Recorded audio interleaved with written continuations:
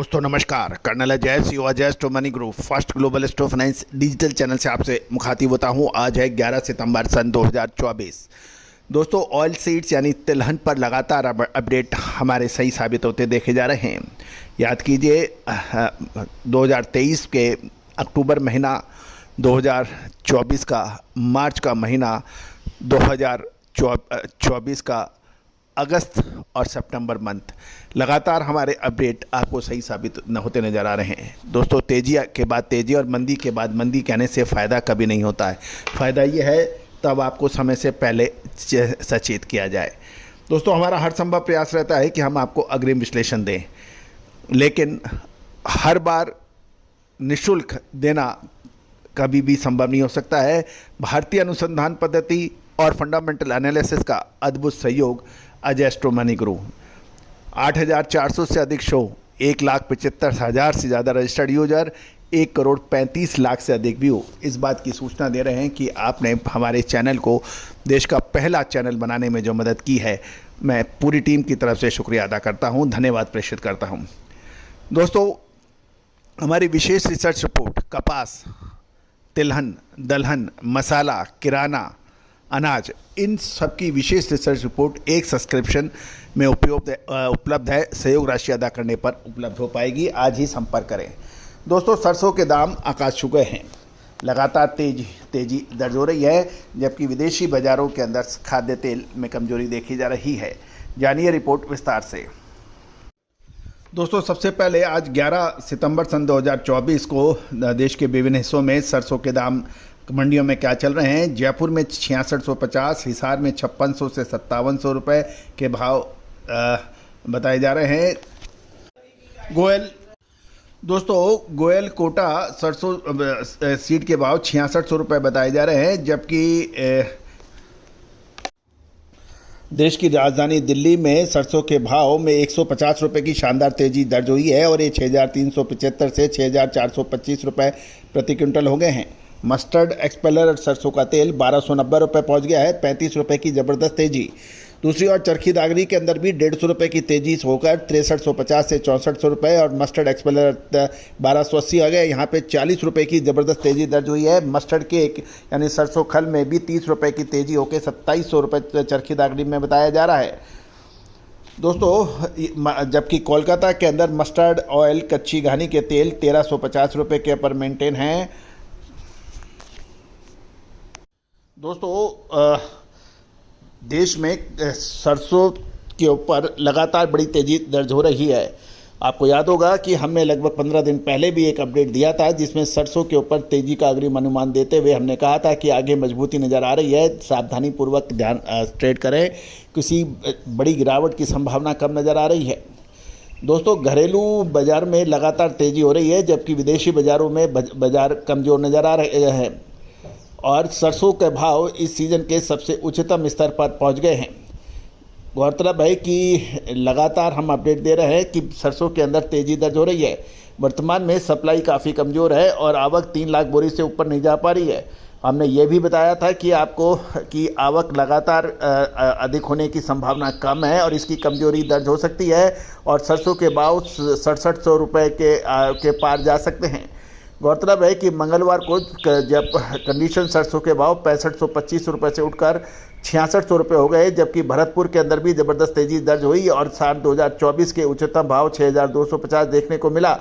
लगभग कल यानी मंगलवार को 200 रुपये की एक तरफा तेज़ी दर्ज हुई। दिल्ली के अंदर भी भाव 6300 रुपये हो गए, जो आज फिर 150 रुपये की तेज़ी दर्ज हुई है।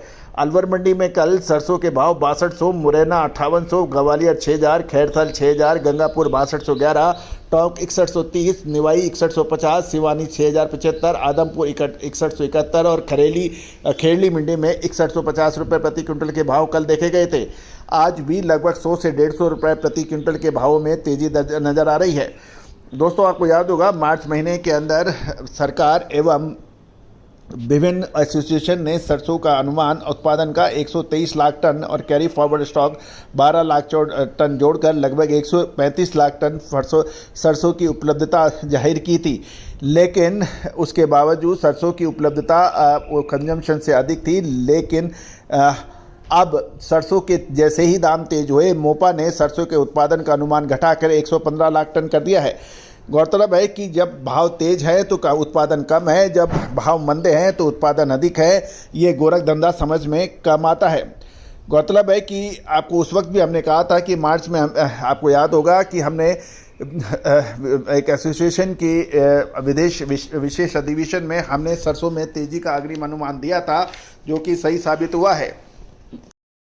जब हमने तेजी का अनुमान दिया था मार्च के अंदर, तो सभी लोग आश्चर्यचकित थे कि ये ऐसा कैसे हो सकता है, लेकिन देखने को ऐसा ही मिला।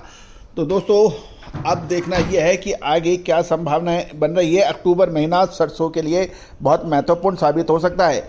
एक तरफ तो सरकार द्वारा सोयाबीन को मिनिमम सपोर्ट प्राइस पे खरीदने का निर्णय, जिसमें मध्य प्रदेश सरकार को भी अब आदेश है कि वो जनवरी 18 तक मिनिमम सपोर्ट प्राइस से सोयाबीन की खरीदी करे। गौरतलब है कि सितंबर के आखिरी तक सोयाबीन की नई फसल आ जाएगी और ये नई फसल अभी तक अच्छी बताई जा रही है, लेकिन भारी बारिश से इसको नुकसान होने की संभावनाओं पर इनकार नहीं किया जा सकता। दोस्तों, कल मंगलवार का दिन साल 2024 में सरसों का सबसे ऊंचा भाव देखने को मिले थे और सरसों के प्लांटों में एक दिन में ही 300 रुपये तक बढ़ गए थे।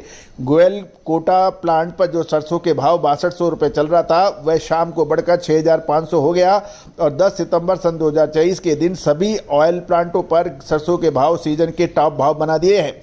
सलोनी प्लांट पर सरसों का रेट 7050, गोयल कोटा प्लांट पर 6500 के भाव थे। शारदा प्लांट पर सरसों के भाव 6700, बीपी आगरा प्लांट पर 6650, अदानी बूंदी प्लांट पर 6600 के भाव रहे थे, जबकि अदानी प्लांट अलवर पर सरसों के भाव 6600 रुपये प्रति क्विंटल दर्ज किया गया था।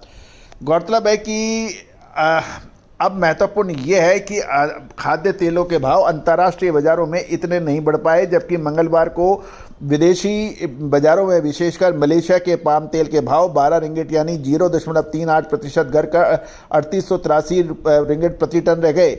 मलेशिया के बाजारों में ये गिरावट मलेशिया पाम तेल बोर्ड की रिपोर्ट आने के बाद आई। रिपोर्ट में पाम तेल का स्टॉक 7.34% बढ़कर 18,80,000 टन पर पहुंच गया है, जो पिछले 6 महीने का सबसे अधिकतम स्टॉक बताया जा रहा है। अगस्त महीने में निर्यात में गिरावट देखने को मिली और पाम तेल का निर्यात 9.74% गिरकर 15,30,000 टन मलेशिया का रहा है। यदि अमेरिकन बाजारों के ऊपर भी चर्चा करें तो शिकागो बोर्ड ऑफ ट्रेड पर वायदा बाजारों में सोया तेल के भाव 0.29% तक गिरे हैं। अब महत्वपूर्ण ये है कि क्या सरसों को ऊंचे दामों पर बेच के मुनाफा खड़ा करना चाहिए या फिर रुकना चाहिए। सरसों और सोयाबीन का यानी सरसों तेल और सोयाबीन तेल का चोली दामन का साथ रहता है। दोस्तों, महत्वपूर्ण ये है कि एक तरफ सोयाबीन की सरकारी खरीद एमएसपी पे होने से किसानों को सबल मिलेगा, दूसरी ओर आगे त्योहारी सीजन का जो शुरू होने वाला है उस पर फ़र्क पड़ेगा। तीसरा, अब स्टॉक और सोयाबीन की फसल बिल्कुल सर पे तैयार है। इस स्थिति के अंदर किसान और व्यापारी और मिलर्स अब बड़ी दुविधा में है कि वक्त पड़ने पर क्या मुनाफा वसूल करना उचित रहेगा या नहीं। ये भी तय है कि सरसों की नई फसल मार्च से पहले नहीं आएगी, लेकिन ये भी निश्चित है कि सोयाबीन, जो कि सरसों का सबसे बड़ा प्रतिद्वंदी माना जाता है, उसकी फसल अगले 15 दिन में बिल्कुल सर पे खड़ी है। दूसरी ओर आयातित तेल की कोई कमी नहीं है, बंदरगाहों पर फुल फ्लैश माल उपलब्ध है। विदेशी तेल लगातार बड़ी मजबूती नहीं दिखा रहे हैं। तीसरी और सबसे महत्वपूर्ण पॉइंट और बिंदु ये भी है कि भारतीय रुपया अमेरिकी डॉलर के मुकाबले कमज़ोर है। जैसे ही भारतीय रुपया कमज़ोर होता है डॉलर के मुकाबले, हमारा आयातित बिल बढ़ जाता है और तेल और बाकी आयातित सभी वस्तुएं महंगी होती हैं। जैसे ही हमारा भारतीय रुपया डॉलर के मुकाबले मजबूत होता है तो हमारे निर्यात इफेक्टिव होते हैं, लेकिन आयात में हमें कम बिल पेमेंट करना पड़ता है। तो दोस्तों, ये गणित अब निर्णायक मोड पर है। हमने अपने सभी सब्सक्राइबर्स को अक्टूबर महीने का अपडेट आगे का दे दिया है। दोस्तों, हम हमेशा प्रयास करते हैं कि आपको समय से पहले अपडेट दे दें। आप भी हमारी विशेष रिसर्च रिपोर्ट्स के लिए सहयोग राशि अदा कर आप हमारा मेंबर बन सकते हैं। दोस्तों, आगामी सीजन सोयाबीन, कपास, दालें और मसालों का रहेगा। क्या आगे क्या होने की संभावना है? एक मामूली दरों पर आपको उपलब्ध हो सकता है। आज ही संपर्क करें। All the very best, good luck, happy trading.